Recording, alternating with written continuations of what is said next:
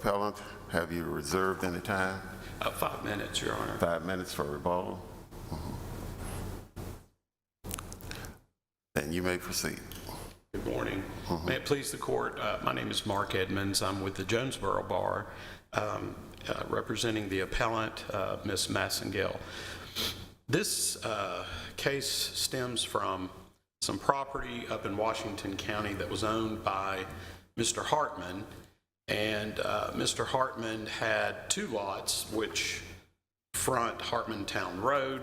The first lot, which I'll refer to as the Hartman lot or the Massengill lot, is rectangular in shape with the road at the bottom.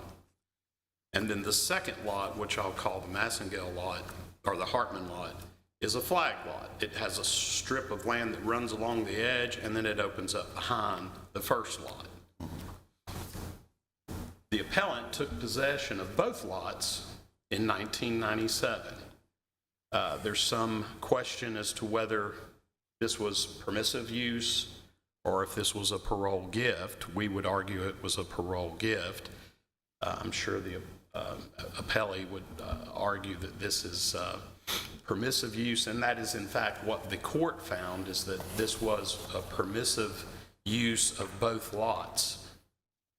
Shortly after taking possession of the lots, Ms. Massengill started to do improvements. She put a fence around the entire property, both lots. She put a single-wide mobile home on the front lot. She did some grading, put a septic system in, electrical, improved the driveway, just normal things that someone would do with their property. She used the property for cattle in the front and had horses in the back. So the entire property was under fence from sometime in 1997 until the present day. Ms. Massengill still is in possession of both pieces of property. In 2002, Mr. Hartman and his wife, he entered into a deed where he conveyed all of his property to himself and his wife to create a tenancy by the entireties for all of his property, which included both tracts that were in possession of Ms. Massengill. A few years after that, about 5 years after that, Ms. Massengill decided to replace the single-wide mobile home with a double-wide modular home. And in order to do so, she was going to have to obtain financing with her husband. So Mr. Hartman and Ms. Hartman, the appellee here, deeded the front tract to Ms. Massengill so that they could obtain financing for the modular home which went on that property. They wouldn't finance it unless the property there was a deed of record, which that's what they did. Still had possession of both tracts. After that, Mr. Hartman died, unfortunately, in 2016, and about a month later, this action was originally filed about 2 months, 3 months later, August to November. Ms. Hartman filed a detainer action seeking to eject Ms. Massengill from the rear property, the flag lot. So that's where we are at this point in time. It's our position that, one, if this was in fact a parole gift of real property, then the way to revoke that would have been Mr. Hartman ejecting Ms. Massengill from the lot. If he wanted to revoke that parole gift of the flag lot, he would need to eject her from it. And there's case law on that. What do you have to substantiate the parole gift? I'm sorry? What do you have to substantiate? Well, I think it's the foundation for the parole gift. I think it's the use of the property by Ms. Massengill as evidenced by her father and the appellee here, is that she took possession of it. She put it under fence. She did extensive improvements to the property. As a matter of fact, the way she gets up to her house is on a driveway that's entirely on the little flag lot. So they treated this as their property. They improved it as their property. They put a new house on it. They kept cattle there. And if He executed the deed by entirety to his wife, was there any objection made at that time by your client? Not that I'm aware of, no. I don't even know if she was aware of what had occurred. She was there since '97. Mr. Hartman didn't sign the deed putting it into an entirety's property until 2002, sometime later. There's no evidence, and I'm not aware if she was even aware that that had happened. The first she would have been aware of that for sure would have been when she needed the title to the front tract so she could obtain financing. And that deed was signed by both husband and wife to her. Was there any question as to the deed to the other lot at that time? I'm sorry, Judge? Was there any question as to the deed or the ownership of the other lot at that time? There was some testimony that a deed was prepared, but for whatever reason, it was never signed. And that was discovered by Ms. Massengill after this had been filed. When she went back to the title company, she discovered that there was a deed prepared, but it was never signed for the flag lot. Mm-hmm. So we would assert that. Counsel, excuse me for interrupting. Yes, Judge. Was the issue of a parole gift raised in the trial court? Well, I think there's no pleadings here, Judge. Obviously, this was an appeal up from Sessions. That was our position, but I think more importantly, we would assert that Ms. Hartman should have filed this much sooner than she did. So we did talk about that, but even if the court finds that this was permissive use and not a parole gift, Ms. Hartman obtained title in 2002. She was a joint tenant from 2002 until her husband passed away. She had the right to file an ejectment against Ms. Massengill in 2002. She did not do that until after her husband had passed, so in 2016. So we would argue that either way, it's past the applicable statute of limitations. One, if it's a parole gift, there's 7 years to revoke that gift by ejectment. Or, in the alternative, if this is permissive use by Mr. Hartman, and it should be made very clear, we asked Ms. Hartman, did she give Ms. Massengill and her husband permission? She said no. She never gave permission. She was aware that she was there the entire time, but she never gave permission to Ms. Massengill or her husband to be on the property. Accordingly, she had the right to take that action in 2002. She didn't do it until 2016. We would argue that that obviously is well past the statute of limitations, and the case should be dismissed for that reason. So either way, 7 years from 97 or 7 years from 2002, statute of limitations would be well past by the time this was brought. I guess really the issue is does the husband's permission to use the property, does that toll the spouse's does that toll the spouse's having to bring that action within the 7 years? I couldn't find any case law on that, and I don't think there is any. So that's our argument. If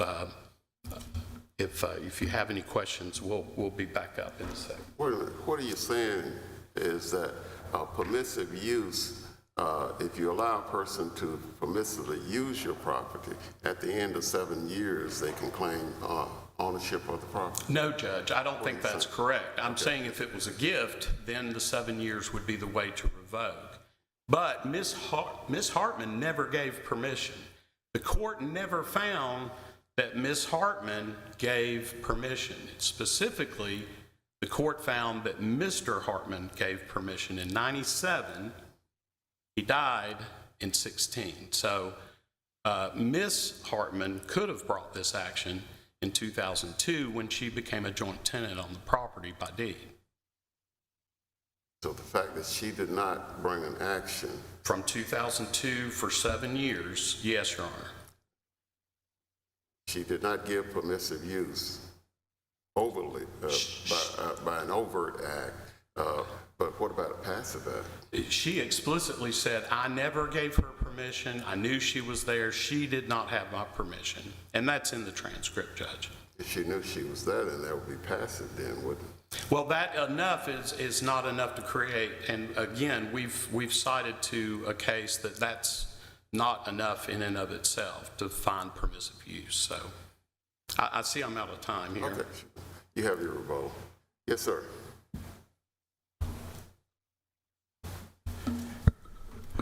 Good morning, Your Honor. Mark Dessauer. I'm a member of the Kingsport Bar. I represent the appellee, Loretta Hartman. The briefs by the appellant raises a couple issues on appeal. The first addresses the parole gift of the real property to Ms. Massengill, and the second is the applicability of TCA 28-2103, which is the statute of limitations for the defense of adverse possession. Our case law refers that to as defensive title to the property. With respect to the facts, they were largely undisputed in the trial court. There's evidence in the record regarding the record title to these tracts that Ms. Hartman had. Ms. Massengill was conveyed parcel 83.02 in 2007. The Hartmans owned both tracts prior to that, and then when Mr. Hartman passed in 2016, Ms. Hartman inherited the tract 83.06 and shortly thereafter filed this action. So at least with respect to the record title, the facts aren't in dispute. With respect to the issue of the parole gift, our position is twofold. First is that the issue was not raised in the trial court below. Ms. Massengill did not file any pleadings at all in the trial court that indicated that this was an issue. In fact, her counsel argued that they were not seeking color of title.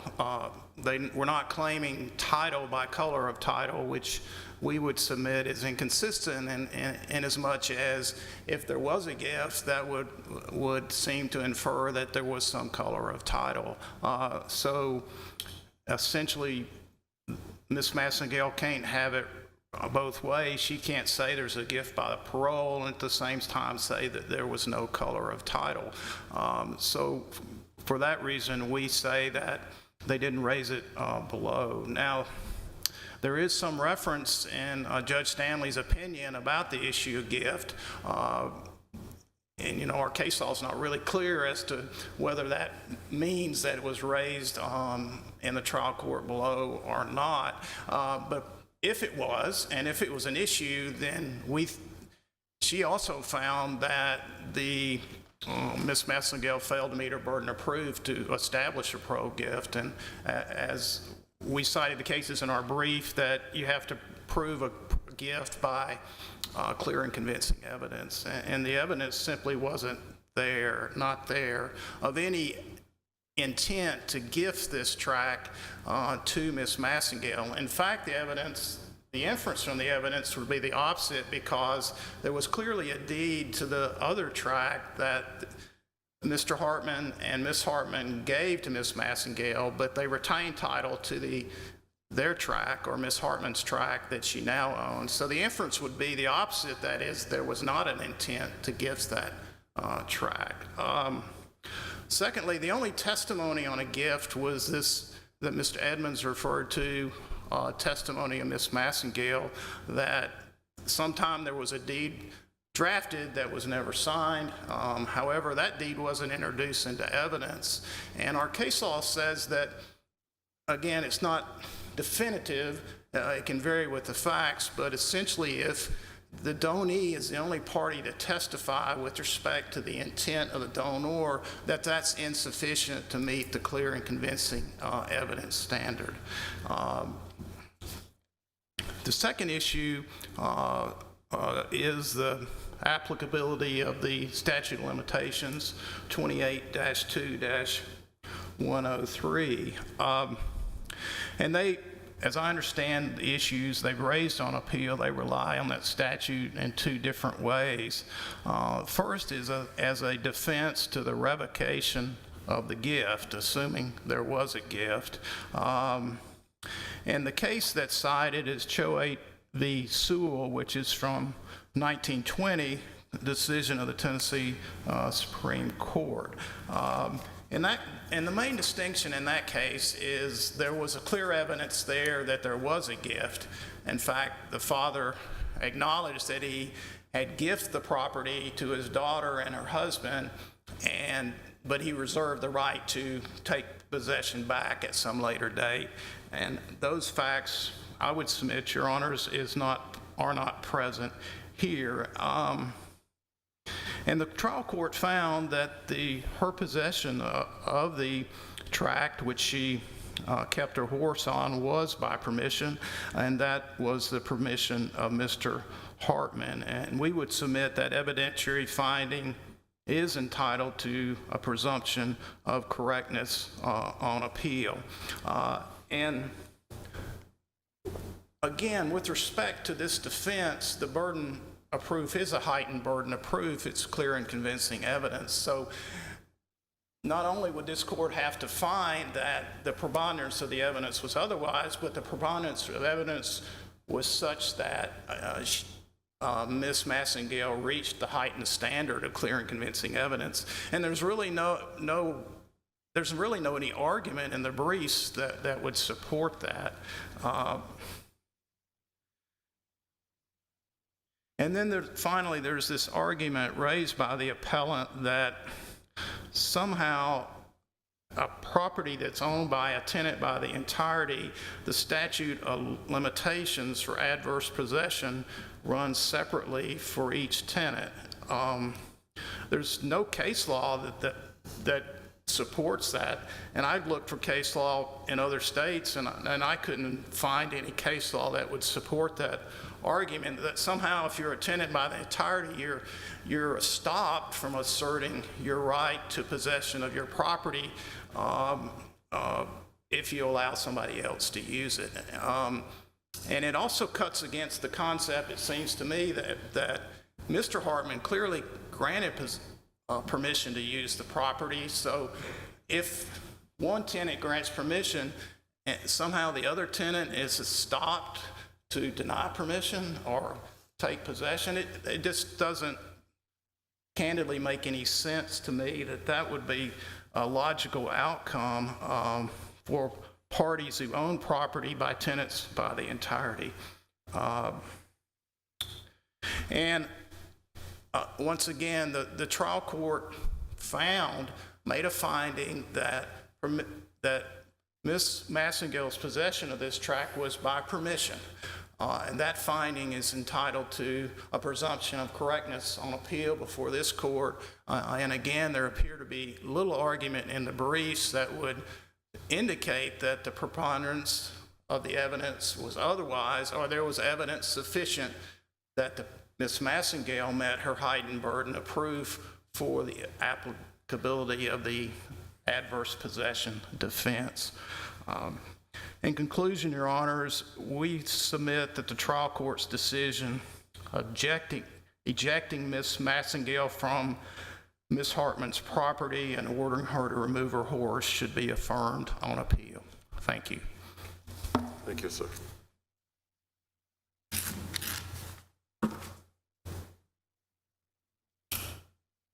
Sir, would you just tell the court, outline us, based upon what specific rule of law do you feel that you presented your case on as far as showing ownership that this property should be owned by your client? Your Honor, what we are arguing is that the appellee cannot eject our client with a detainer action. She should be stopped by the statute of limitations. You can't wait 10 years before you bring one of these actions, allowing the Ms. Massengill to make improvements since '97 with knowledge of that, no permission, and honestly, I'm not sure. Joint tenants can act separately. If one tenant wants to sell property, the other tenant doesn't want to sell property, we don't have a dilemma. We don't have to wait until one of the tenants passes away. It's a partition action if they can't reach some sort of an agreement. One tenant can file a detainer action against, to eject someone off of their property. They would have the right to do that. All we're arguing, Judge, is that as a joint tenant, and I do want to point out one thing, she did not inherit anything from her husband with regards to this property. She was a tenant by the entirety since 2002.